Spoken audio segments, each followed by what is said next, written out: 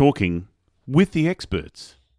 Hello, my name's Rose Davidson from doesbiz.com. Welcome to today's episode, and my guest today is the lovely Jo Johnson, who is a content creation expert. And Jo is a coastal dwelling, cat loving kind of coach. She's been a word nerd her entire life and a business babe for half of it.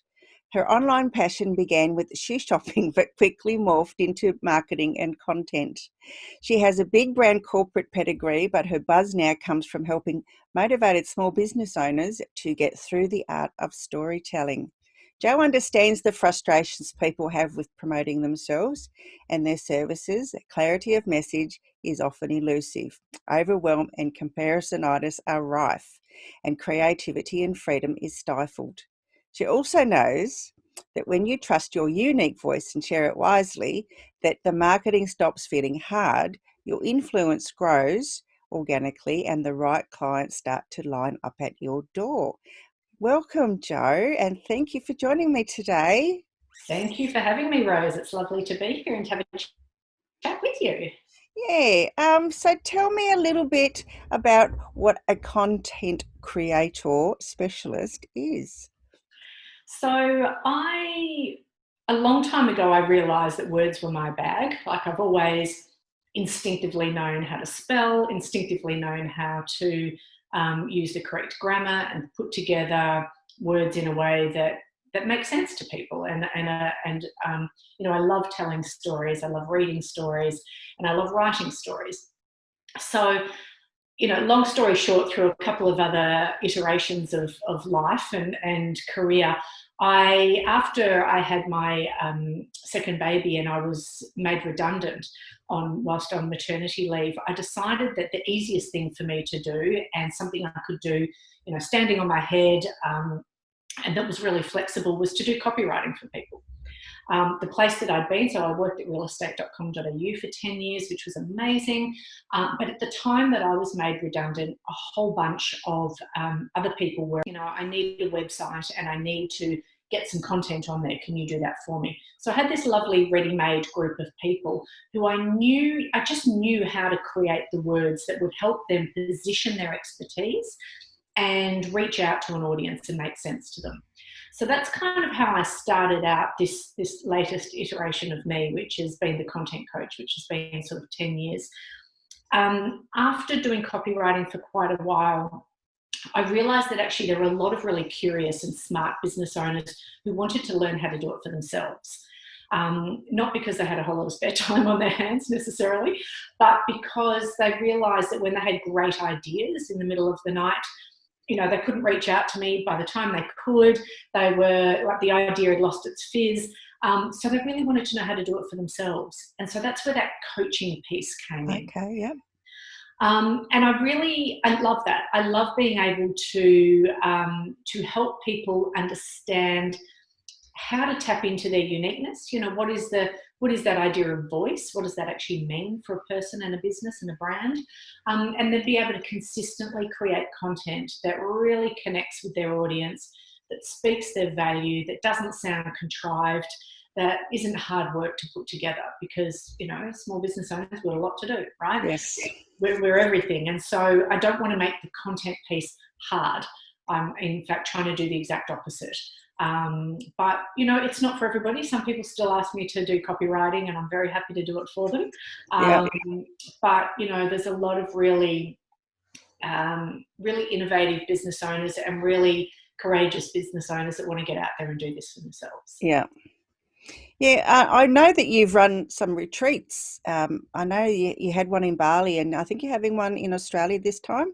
Yeah, well, yes. I ran Bali last year, which was insanely beautiful, and that was for a week. And that was any business owner who wanted to come away and just spend that really focused time creating a really big content piece.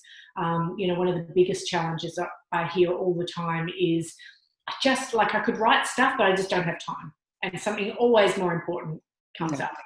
So that's really why I created the retreats, and I actually have been doing them for 5 years now. Oh, okay.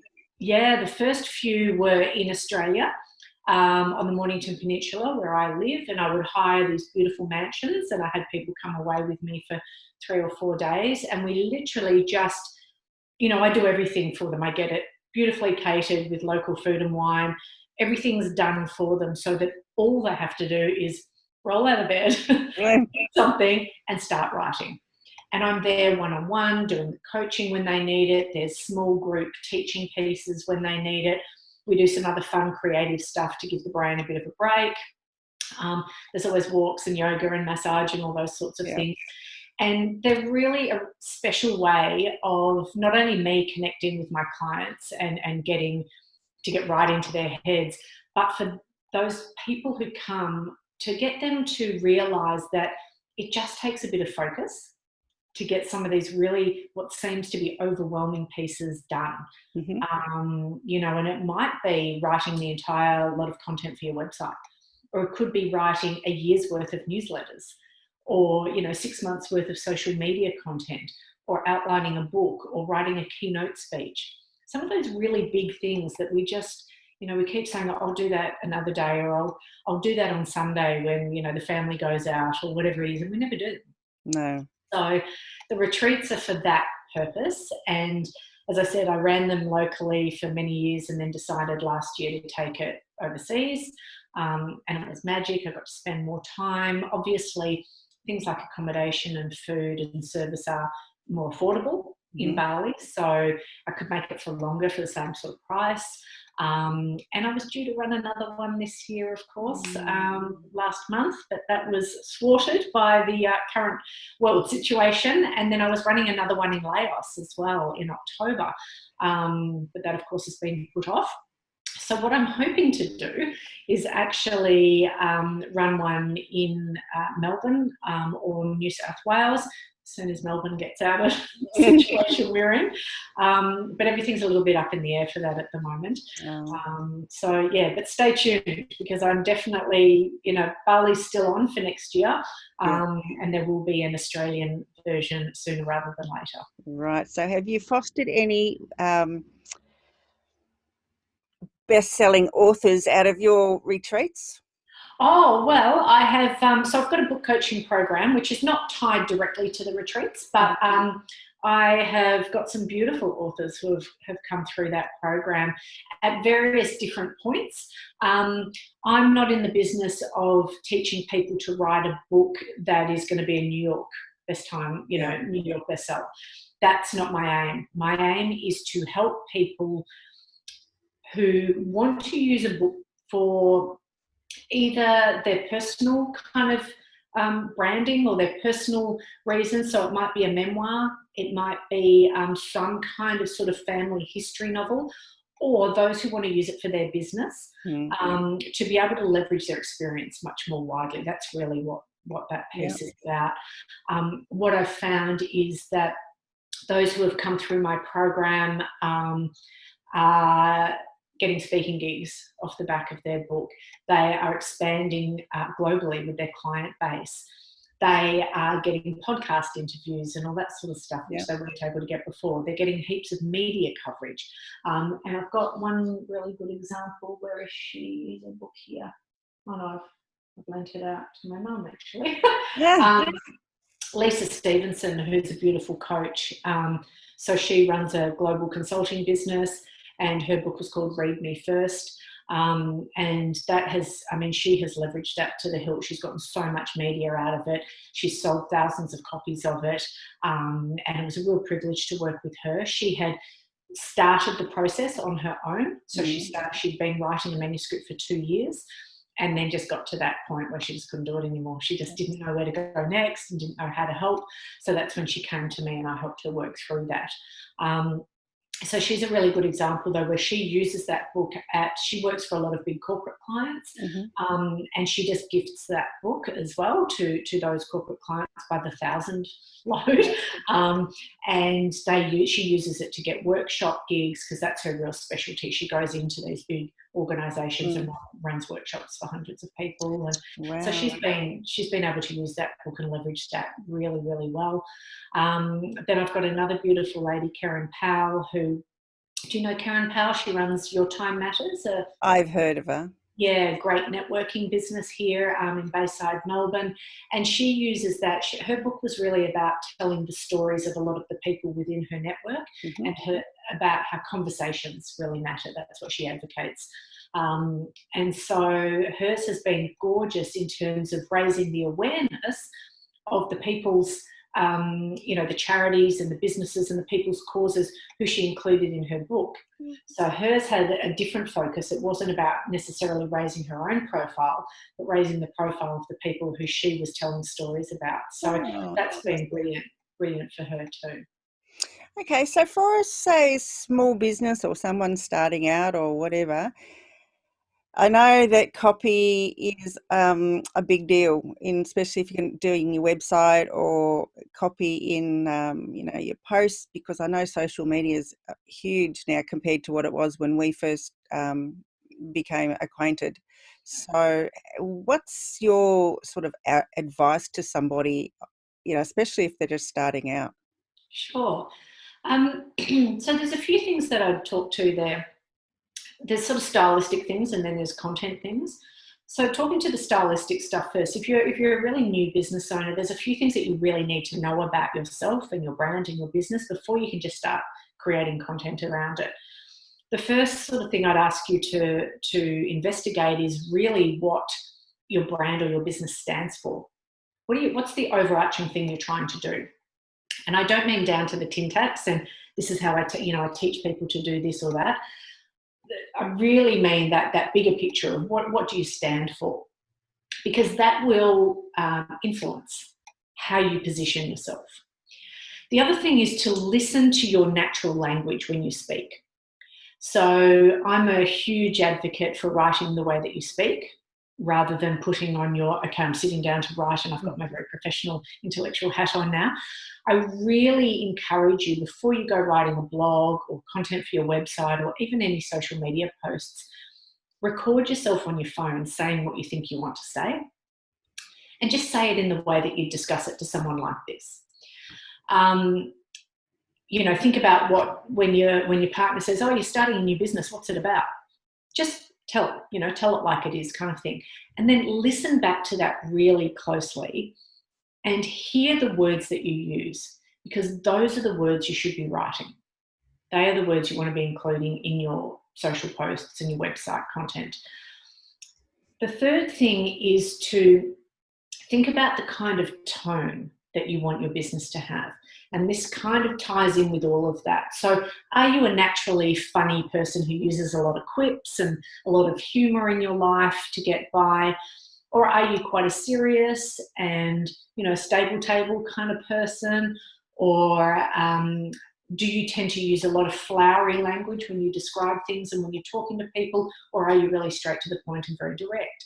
Now, there's no right or wrong, but you need to know that about yourself, so that then when you're starting to put together content, all of those sort of pieces will start to come together so that they sound like you. So the values of your business and what you're trying to achieve need to shine through. The language and the words that you actually use and the way you put them together, plus the tone, will all combine to become what is your brand or business voice. Okay, so a lot of people talk about voice and it feels like something you can go and buy from a shop, and it's actually not. It's already it's in here. It's just that people need to know how to tap into it or to trust it. And that's actually what a lot of my coaching is about drawing that out of people, that natural voice, and allowing them to hear it, to learn it, to trust it, and build confidence in that. So that's the sort of stylistic stuff that I would do with somebody or encourage you to do before you start creating content. And then the actual content. So what are you saying? You want to be talking about things like, what can you offer and where is your value set? Not, I do this kind of program, I have this kind of product, but the value and the transformation of that service or product. So we've got to be thinking about the end user all the time. Your perfect customer, what is their problem? What is the transformation they require to go from A to B? And if you can help them do that, and that's the purpose of your business, yes. Then you need to be talking about that piece. So the transformation is what you're trying to sell them on. You can then also be adding in all sorts of different things about, there's so many things that you can write about. You can write about the people who have influenced you. You can write about, the people or the places that you hope to transform into yourself, because we're all, somewhere on the pathway. No one's at the end yet. You can talk about some of the day-to-day stuff. Again, this is a very personal decision about how much of your real life you let out onto social media versus your business self. But, I think everybody needs a little bit of something of who you are and your background, and, a bit about your family, or a bit about your cat and your dog, or a bit about the place that you live, because all of those things impact how you deliver what you deliver and who you are. And, you and I know this, Rose. I mean, there's a million people who can teach us how to do speaking, a million people who can teach us marketing or accounting, but we choose people based on who they are. We like them, or we don't like them, or we think they're funny, or we just really like hanging out with them, or we think that they are where we want to be. But we don't know that stuff about people if you kind of put your business mask on and everything is terribly sensible and important and you don't let anybody in. We've got to have a little bit of emotion, particularly in social media. And I caution the word emotion, but I mean a bit of personality rather than, highs and lows of emotion. Don't go out there and start ranting about things. Don't go out there and start crying about things, but do let people into your world so that they can decide whether or not you're the right person for them. That's the bottom line. Okay, so what about those content managers or creators that advocate that you don't say business is business, and you shouldn't let anything personal come into your business page? Yeah, look, and that's they've got a valid point for themselves or for their clients, and that's really fine. And there is a bit of a divide on this. That's not the way that I work, because I genuinely believe that, particularly if you're a solo business owner, so there's a bit of a line here, and it's a bit of a caveat on this stuff. I work with people primarily in the service-based industry, primarily solo-based owners, okay? So solo-based business owners. I've got a couple of smaller businesses that have teams and things, but mostly the person, like the service that you're buying, is being delivered by the person who runs the business, okay? And when that is the case, I want to know about that person. I don't want to fork out $5,000 for a coaching program delivered by God knows who, right? I want to know who that person is. Now, it's different if I'm buying a pair of Nike trainers and I can buy them from Rebel or Foot Locker or Maya or direct from Nike. I don't really care about their story, because they are these bigger conglomerates. They have just simply the product that I want, and I'll buy it at the best price probably, because the product is the same everywhere. But for my clients, the product is not the same everywhere. And just case in point, I'm a content coach who believes that you should be adding your own personality into personal life, and there are others who don't believe that. So, business coaching, marketing coaching, virtual assistants, all of these sorts of businesses, I'm buying the personality and the person to deliver that service. So I need to know who you are. It is not an out-of-the-box product where I will probably be more likely, a consumable product, I'll be more likely to choose that on price. But yeah, that's my point on it. I agree. I've been told, I do agree, and I've been told I'm crazy, but I'd rather that someone, know about my dog or my cat or whatever, and, I can show my personality and, let people know that, I'm living and breathing. Absolutely. And I think, it can divide an audience, but I think that's great. I would much prefer people say, no, she's not my kind of girl, I'm not going to work with her, than be kind of hanging around the edges, asking a million questions, trying to figure out who I am or not. And they end up being the time wasters. I want people to go, yep, she's my girl, or no, she's not. Either is fine. Either option is fine. The grey area in the middle is where we waste a lot of time. and you can't win them over, right? They either do or don't like you. But if you don't give them anything to respond to and to align with, that's what we're trying to do with an audience, is help them align with our values, align with our products and services. If we don't give them anything to align with, how are they going to make a choice? It's actually unfair to an audience, I think. It is. So you got any big projects in the wind at the moment? So another book is on the cards. Excellent. Yeah, another book for me is happening at the moment, and it's a book about writing a book. It's very meta. I'll need that. I'll save me a copy. Yeah. So, there's so much information out there, and so many, unfortunately, I've had a lot of, I call them refugees from, dare I say it, big American how to write a book companies, and people have paid $20,000, $25,000, $30,000 for these programs and never had any feedback from anybody. Never seen a coach, never, just nothing. Oh. And I've had a number of those come to me in tears and say, I need help. I need to recover this project. I need to get, I've started, but I'm getting nowhere with this. Can you help? What I deliver is highly personalized with my book coaching program. And so that's how I differentiate myself, because even in the Australian market, there's a lot of come and do this, follow the program, boom, the book will come out in a week. Yeah. It doesn't happen that way, and I know that 100% because I've written them. So I stand very much on that place of personalisation and being able to tell the story and tell it like it is, and guiding people through the ups and downs. Like, I see the same mindset issues pretty much every time I take someone through my program.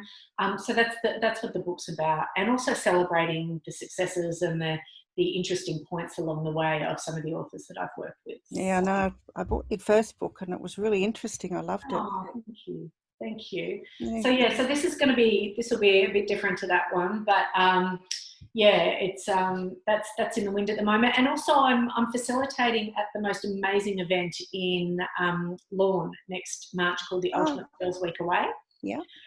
Which is incredible, run by Liesl Albrecht, who is the retreat specialist, and we were in Fiji this year together running this further. I think I've heard of her. I'm not sure, but yeah, the name sounds familiar. Amazing woman. She had this vision to just run, like to have an island full of women who were just there with her, doing workshops, connecting, all that sort of stuff. And so it came true. This February we were there. We had Elizabeth Gilbert as the VIP, and she spent the entire week with us, which was extraordinary. And so I helped facilitate that too, and I ran workshops, and it was just brilliant. We had sister circles and so much goodness. Next year was supposed to be Vietnam, but again, current situation, so we've brought it home. So it's come home to Lawn on the Great Ocean Road, and the mantra, which is divine. So that's another big thing that's happening. So I'm facilitating at that.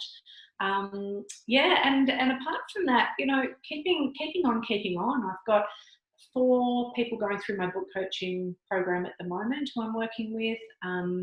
I've got lots of clients still who reach out for me for copywriting, mostly men, I have to say. Which is so interesting. And just trying to stay sane. Yeah. That's really it. So, yeah, all good fun. All right. So what are your plans other than that for the future? Look, I've been doing a fair bit of soul searching the last couple of months around business and what I want it to look like. I've got a bunch of other things that I want to do with the business, and that involves probably expanding what I do with the book coaching stuff and teaching someone else to do that as well. So expanding my team a little bit. Definitely some other books in there. I've got 2 family books that I want to write. So a bit more time spent doing that kind of stuff, and then actually looking at perhaps buying another business and applying my business skills rather than my expertise to another business offering that I know nothing about. Yeah. Just to test how I do that. So just a few ideas at the moment, but definitely the last few months have been a good time to reflect and rest a little bit and think about what's happening. Yeah. I know you went through that phase about a year ago where you were you changed the focus of your business slightly and had some self-reflection and decided that what you were doing wasn't quite right for you anymore and you wanted to grow. Yeah, and I tend to do that. It's probably every 18 months I tend to do that now. And it's because I think because you know what it's like, you work on your own and it can get pretty intense if you don't have anyone to say, hey, can you do this bit? This bit's really shitty. I don't like this anymore. And so at some point you have to go, why am I still doing this? This is kind of the definition of insanity. Why am I doing this bit if I don't want to do that bit anymore? And I just think that, the quiet of, well, not really quiet in my house, the isolation time, but the shift in people's focus has, I've had to accommodate that. Yeah. I've been really lucky that mostly my business is digital anyway, so that kind of thing didn't change much except for retreats and workshops. But, my ultimate delivery I can still do the way that I do. But I think, we moved house 8 months ago as well, and I've had a lot of projects. Yeah, I remember that, yes. Yeah, which has been beautiful. We're on 1.5 acres and we've got, chooks and an orchard and all sorts of things. So I've been doing a lot of projects here, which has really increased my satisfaction around sort of creativity, interior design stuff, gardening, all that sort of thing. So it's been really great. And we'll continue to do that because there's a lot of work to do. It's a big old house and it's beautiful, but it's got still some projects to do. So yeah, I think it's just about the growth, continuous growth for me is really interesting. And I keep reaching out and, jumping on different little groups and things to sort of see what's happening. And what I'm really curious about at the moment is Roger Hamilton from the Genius Group, who runs that. He owns the property, actually, the entrepreneurial resort where I held my Bali retreat last year. He's talking very much about this idea of micro schools and about how education's changing, and the fact that, you can't just create a program, put it up online and flog it and let it sit there. Very much this idea of these sort of pods of people coming together to learn and to get feedback from each other and to keep producing and creating together. Yeah. And I think that whole concept is something that I want to explore a little bit more too. So I've been sort of working a little global community of people. Oh, cool. Looking at that at the moment. So that's interesting. That is. Well, yes. Okay. So where can people find you, Jo? So LinkedIn as Jo Johnson, Facebook and Instagram as The Content Coach. My website is thecontentcoach.com.au. They're the best places. I'm always in and around my socials. And I've got lots of really interesting freebies and bits and pieces on my website and on my blog if you're curious to find out a bit more about how I actually, stand in the world. There's lots of info on there. There is, yes. All right. Well, that's about our time today, Jo. Thank you so much for joining me. Thank you. Thanks for having me. We've been talking with Jo Johnson, the content creation specialist. So, thank you again, Jo. And, we'll have to catch up again soon, much sooner than we have. Absolutely. Thank you so much for having me. Okay. Bye. Bye.